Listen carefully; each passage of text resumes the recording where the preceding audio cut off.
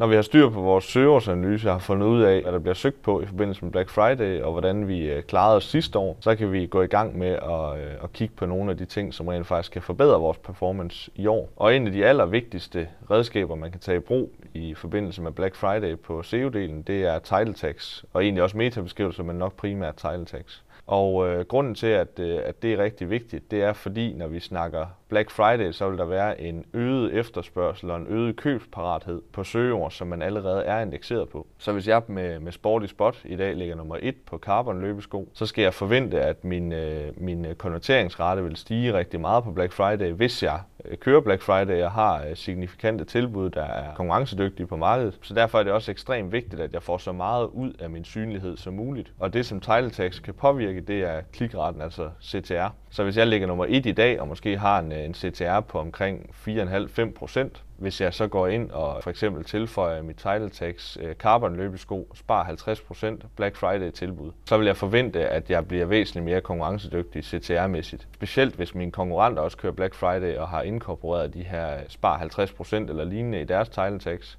Hvis jeg så ikke har det, så bliver jeg totalt udkonkurreret, og så selvom jeg ligger nummer 1, så kan jeg faktisk miste rigtig meget trafik i den periode. Så jeg vil helt klart anbefale, hvis man kører Black Friday og har nogle konkurrencedygtige rabatter, så vil jeg helt klart anbefale at inkorporere det i sit title tag. Man skal også være opmærksom på, at man må ikke fjerne søgeord, man rangerer rigtig godt på i title tag. Så hvis du allerede ligger nummer 1 på Carbon løbesko, så er det meget vigtigt, at den søgning fortsat ligger i forrest i dit title tag. Så hvis du for eksempel har et title tag i dag, der hedder Carbon løbesko, dag-til-dag levering, køb online, så de sidste 2 dele af title tagget, altså dag-til-dag levering og køb online, er ikke noget, der influerer, hvordan du rangerer på søgeord. Så dem kan du godt udskifte med Black Friday 50%. Men hvis du nu for eksempel havde et relateret søgeord, et longtail søgeord, inkluderet i dit title tag efter det primære søgeord, så er det ret vigtigt, at du ikke fjerner det, fordi så vil du miste, eller med stor sandsynlighed i hvert fald, vil du så miste synligheden på det søgeord. Så hvis man skal ind og arbejde med de her ting i sit title tag, så er regel nummer 1, at man skal være klar over, at hvis man fjerner søgeord i title tagget, så er der også en risiko, der hedder, at så kan man altså også miste synligheden på de søgeord. Men jeg vil nu stadigvæk anbefale, at man går ind og kigger på, om der er steder, hvor det giver mening at gøre det, fordi det kan betyde rigtig, rigtig meget for CTR. Det er jo klart, hvis jeg søger på Carbon løbesko Black Friday og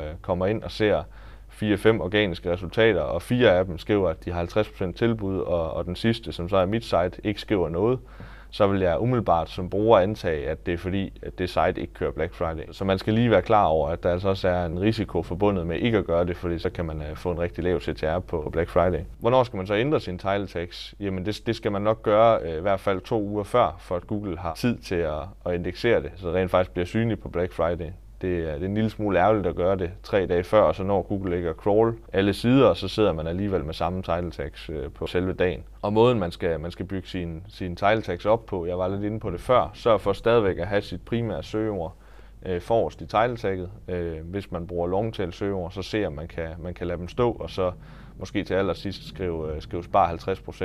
Det er meget fint at have Black Friday tilbud med i title tagget, hvis det kan være der. Men i hvert fald som minimum, så skal man gøre det tydeligt, hvor meget man kan spare ved at handle på sitet på den her dag. Det her med risikoen ved at ændre sine title tags i forbindelse med Black Friday, det kan være en ret svær beslutning at skal tage, og det kræver egentlig også en forholdsvis specialiseret viden at gå ind og se, jamen er det faktisk noget, jeg skal gøre eller ikke skal gøre på den pågældende side.